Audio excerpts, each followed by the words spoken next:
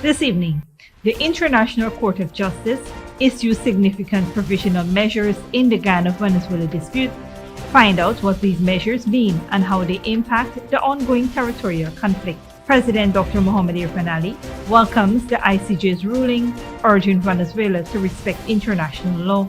Stay tuned for details on Guyana's commitment to peaceful coexistence and international justice. In local news, police investigate the suspected murder of Chitram Ramjitan in Corentyne Berbice. Will provide updates on this ongoing investigation and the latest findings from the autopsy. Remembering a diplomatic figure, the death of former U.S. Secretary of State Henry Kissinger, and reactions from around the world. Stay tuned for a reflection of his legacy. Australia's Prime Minister issues a national apology to thalidomide tragedy survivors. Learn about this dark chapter in medical history and the significance of the apology.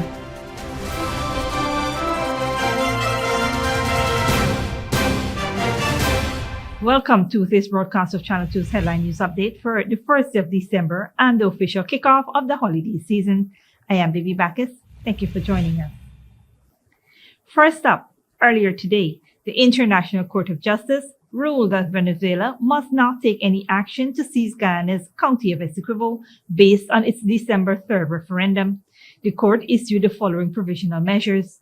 Unanimously, pending a final decision in the case, the Bolivian Court of Venezuela shall refrain from taking any action that would modify the situation currently. Unanimously pending a final decision in the court, the Bolivarian Republic of Venezuela shall refrain from taking any action that would modify the situation currently prevails in the territory in dispute, whereby the Cooperative Republic of Guyana administers and exercises control over that area. Unanimously, both parties shall refrain from any action that might aggravate or extend the dispute before the court or make resolving it more difficult. The court emphasizes that the question of the validity of the 1899 arbitral award and the related question of the definitive settlement of the land boundary dispute between Guyana and Venezuela are matters for the court to decide at the merits stage.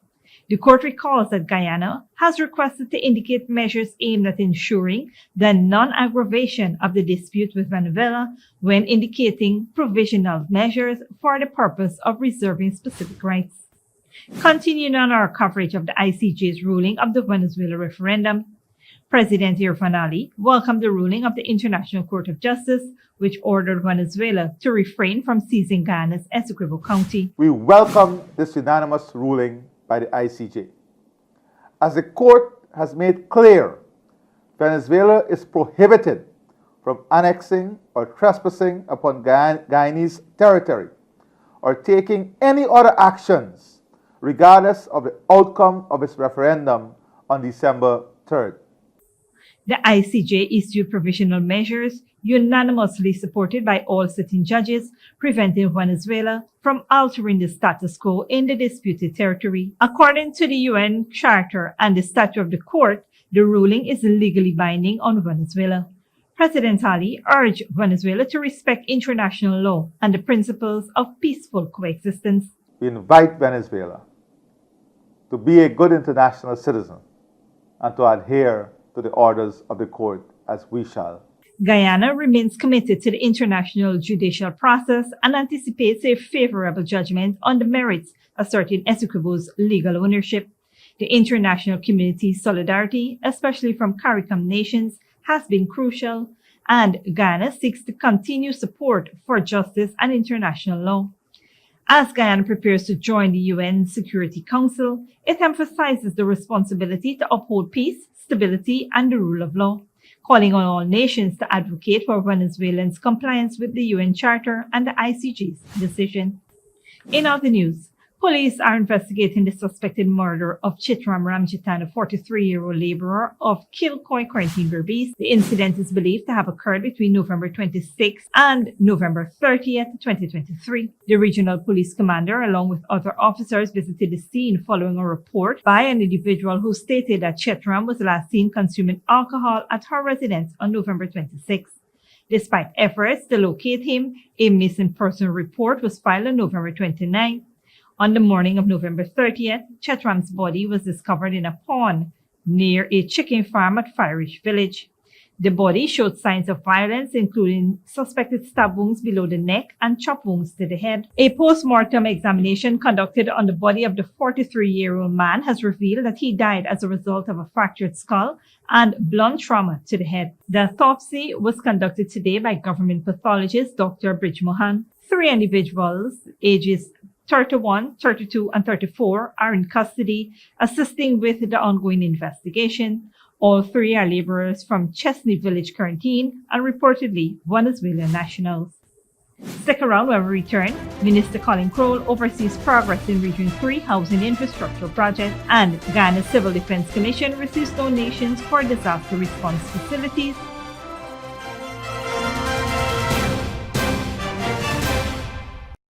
Giving you the best Christmas with Digicel. Digicel is bringing you the best deals, the best prices, and the best cash prizes. Hold on to your Santa hats because there's up to $50 million in cash to be won. Activate any data plan and you can be one of 14 winners to join Digicel's Spin to Win game show, where you can win millions in cash. Activate a data plan today on the best network and make this Christmas the best one yet. Digicel. It's Christmas at Kissoon's Furniture Store. We are fully stocked for the holidays with a wide variety of furniture to choose from store-wide. Beautiful sofas, dinette sets, rugs, pillows, foam and hybrid cooling mattresses in all sizes, beds in king, queen and single sizes, and so much more. Come on down to our mega store or our Rob Street location. Merry Christmas from Kissoon's Furniture Store. Good girl forget things. What's the problem, Granny? I want money for borrow for do a surgery. I was dancing and I fall and fracture my hip. If you need some quick money, you should check Lender's Jewelry and Pawn Shop. Lender's Jewelry and Pawn Shop, lot 238 South Road Border, Georgetown. Get jewelry made to order in just 72 hours. We also accept vehicles. Lender's, best rates, longest payback period. Boys, I get through. Plus, I could dance again. Lender's Jewelry and Pawn Shop. When you need money and you gotta get it fast, Creative Jewelry and Pawn Shop is the place for that confidential transaction in a quiet and secure location. You'll get the highest value per pennyweight for your gold and also enjoy the lowest interest rates and longest payback period too. Yes, for that instant transaction to solve a pressing financial problem. That Creative Jewelry and Pawn Shop, 46 Boyle Place, that's between the Ministry of Housing on Brickdam and White Castle Fish Shop, be your first and only choice. Creative Jewelry and Pawn Shop, safe and sound, solid and secure, always there for you. Telephone 231-7878 and 223-8955. Hello, my fellow TikToker followers. Here's Credit. And today, all we will be making Chinese noodles with peppies, chow mein, chicken fritters, and spice cake. For the noodles, all these will be using peppies, black pepper, cashew, Chinese sauce, soy sauce, garlic sauce, paprika, Chinese seasoning, chow mein seasoning, French spice, and all-purpose seasoning. Next, this chicken that we marinated, soak for all you don't know nothing with peppies, green seasoning, miracle seasoning, Pepper sauce, chicken seasoning, paprika, garlic powder, dark seasoning, black pepper, onion powder, and ginger powder, and document plantain flour, and then this butter we make with this quick piece powder, and we boil in high. We serve with peppies, barbecue sauce. Radhika went to the supermarket and she proper buy up enough things. She feels she alone can cook, but she routine even wrong. He shaped like a guy in a map. Peppies has a wide range of ingredients available at supermarkets nationwide. Peppies, we put the pep back into your kitchen.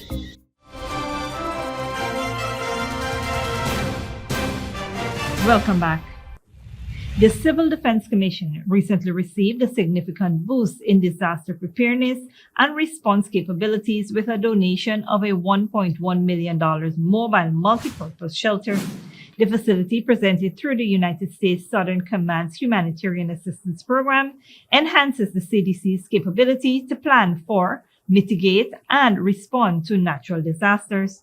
The shelter, with a patient capacity of 40, can function as a command post, a housing unit, and more, providing increased medical assistance in remote regions. Prime Minister Brigadier Retired Mark Phillips highlighted the potential for humanitarian assistance in areas lacking hospitals, emphasizing its role in comprehensive disaster management. U.S. Ambassador Nicole Terra underscored the commitment to the collaboration and support in improving emergency disaster response in Guyana.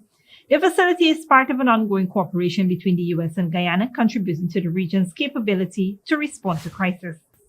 Moving on Thursday, Minister of Housing and Water Colin Crowell conducted an inspection of infrastructure projects at several new housing developments in Region 3.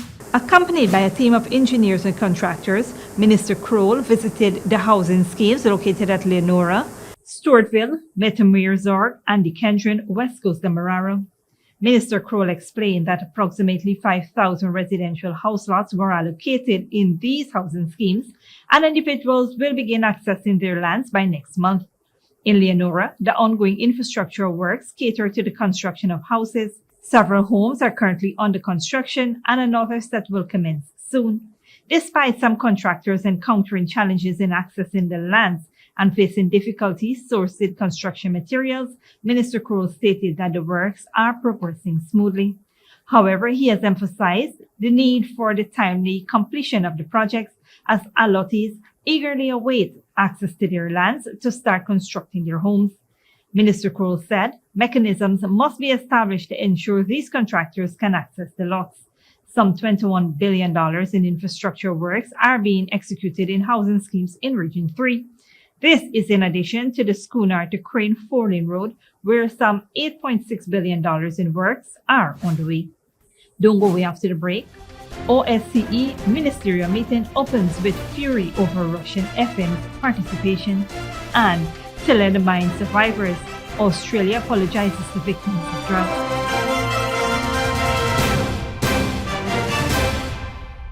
Giving you the best Christmas with Digicel. This Christmas, it's all about the best. Digicel is bringing you the best deals, the best prices, and the best cash prizes. Get half off and a whopping 50 gigs of data when you purchase the Samsung A04 for just $14,000, the Samsung A14 for just $29,000, or the Samsung A24 for just $35,000. That's right, half off and 50 gigs of data. It doesn't get any better than this. So why wait? This Christmas, buy nothing but the best. Offer good while stocks last. Digicel. Sneakily with a gift of sight from Modern Optical Services. Let our professional team examine and prescribe what's best for your eyes. Common smiles make fashionable faces. See us for a full line of optical services, including brand name and prescription eyewear.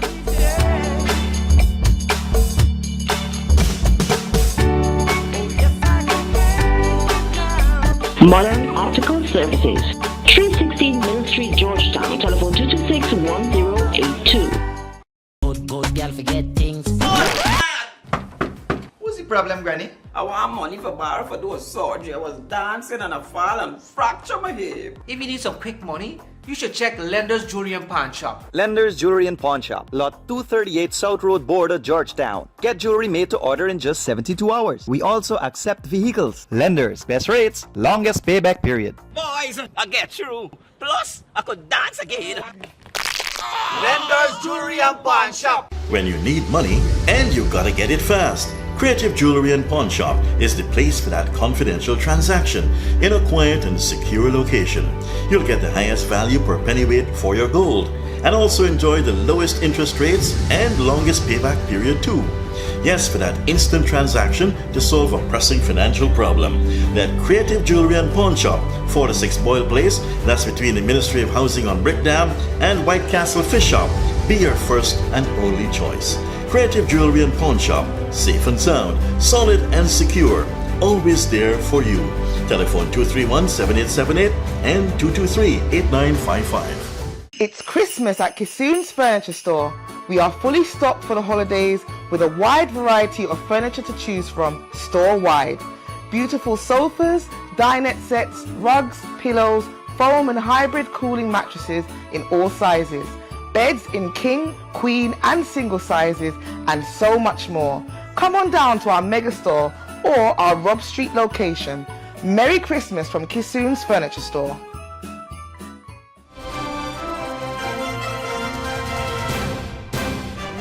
Welcome back. Now we take a look at what's happening in the region and around the world. The death of Henry Kissinger, the former U.S. diplomat, Secretary of State, and National Security Advisor, has been celebrated by some, especially in Latin America. Al Jazeera's Lucia Newman reports. The late Henry Kissinger is being widely remembered as a giant of global diplomacy. But in Latin America, many are applauding the death of a man who helped orchestrate military coups throughout the region in the name of U.S. national security. Perhaps nowhere is Kissinger remembered less kindly than in Chile, seen here shaking hands with dictator Augusto Pinochet in 1976. Chile's ambassador to Washington says, quote, he was a man whose historic shine couldn't hide his profound moral poverty. Declassified U.S. government documents and audio tapes reveal how Kissinger backed Operation Condor, a campaign to hunt down and assassinate left-wing opponents of South America's dictatorships, especially in Chile, Argentina, and Brazil. Odette Mañez's sister Cecilia was arrested and disappeared under Operation Condor. She was 27 at the time. Odette says Kissinger died with blood on his hands. This is a man that won the Nobel Peace Prize. Please. He did nothing of the sort. And the irony of this is a man that died when he was 100 years old and is responsible for deaths of thousands of young people that were in their 20s. The bodies of countless opponents of Chile's military coup once floated down the Mapocho River that runs through Santiago. Many historians, politicians, and relatives of the victims of the military dictatorships that dominated Latin America during the 70s and 80s hold Henry Kissinger at least partially responsible for the gross human rights violations that occurred, either through omission or direct consent. And in the words of some of Kissinger's staunchest adversaries, his death means that he can... Internationally, delegates from over 15 nations gather in Skopje for the 30th OSCE Ministerial Council. The focus on regional security is overshadowed by condemnation of Russia's war in Ukraine. Al Jazeera's Harry Fawcett reports. The very presence of the Russian foreign minister at this gathering led to a boycott by Ukraine, Poland and the Baltic nations. Bulgaria refused to let Sergei Lavrov's plane through its airspace. Sergei Lavrov followed by... And once he was introduced, several delegates walked out. His message when it came was that the Organization for Security and Cooperation in Europe had been captured. The OSCE is essentially being turned into an extension of NATO and the European Union. The organization, let's face it, is teetering on the edge of a precipice. Some members blame Russia for pushing it to the brink. OSCE monitors left eastern Ukraine after Russia's full-scale invasion last year, but the organization has issued several reports on alleged war crimes and crimes against humanity by Russian troops. Now Moscow is accused of deliberately paralyzing the body's decision-making process and starving it of funds. The Russian government's deceitful game is, and always has been, to use its brutal war of aggression against Ukraine to also destroy organizations that rely on peaceful coexistence and cooperation. And we will not allow that to happen. Others, though, have cautiously welcomed Russia's presence here. The European Union's foreign policy chief, Josep Borrell, calling it a means of keeping multilateralism alive. And there was full-throated support from Hungary. The weapon deliveries prolong the war, and we don't need war, we don't need weapons in the region. What we need in the region is peace.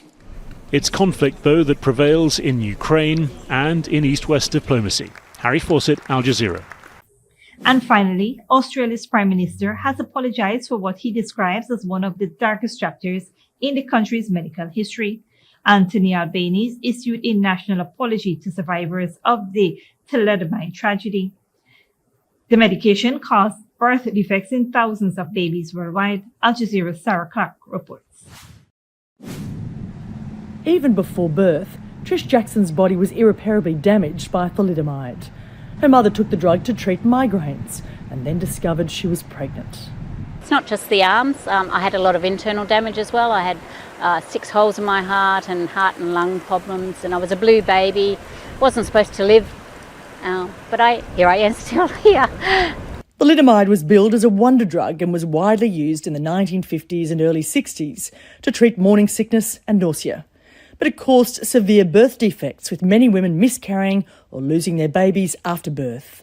60 years after it was taken off the shelves, the Australian Parliament has apologised. We are sorry for the harm and the hurt and the hardship you have endured. We are sorry for all the cruelty you have had to bear. We are sorry for all the opportunities you have been denied. A Senate committee found that the government failed to recall the drug despite global warnings, and that if it had acted more quickly, 20% of survivors may not have been affected. Worldwide, more than 10,000 children are believed to have been born with birth defects because of the use of thalidomide, with an estimated 40% dying within a year. And while the survivors here in Australia have welcomed the apology, they still believe that more can be done. That includes healthcare, which survivors say is still difficult to navigate. I think it would be lovely to see that from this apology that the government step up and plug some of the holes that are in that program. Thalidomide's with me 24/7. I get no break from it.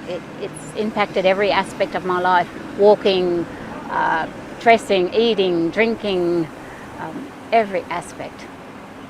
For Trish Jackson, this apology won't change everyday life and is too late for those who died. But she says it's a step forward in the healing process. Sarah Clark, Al Jazeera, Brisbane. This brings us to the end of the regional and global news coverage. Up next is the 3-day weather forecast.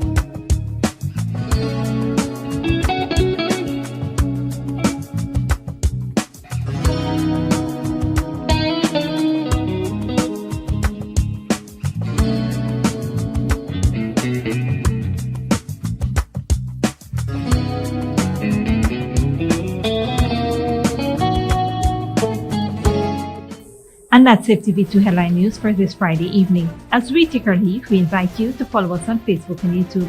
We'll be out for the weekend, but you can tune in on Monday at 7 p.m. for more news. Until then, please take care of yourself and each other and do have a wonderful weekend.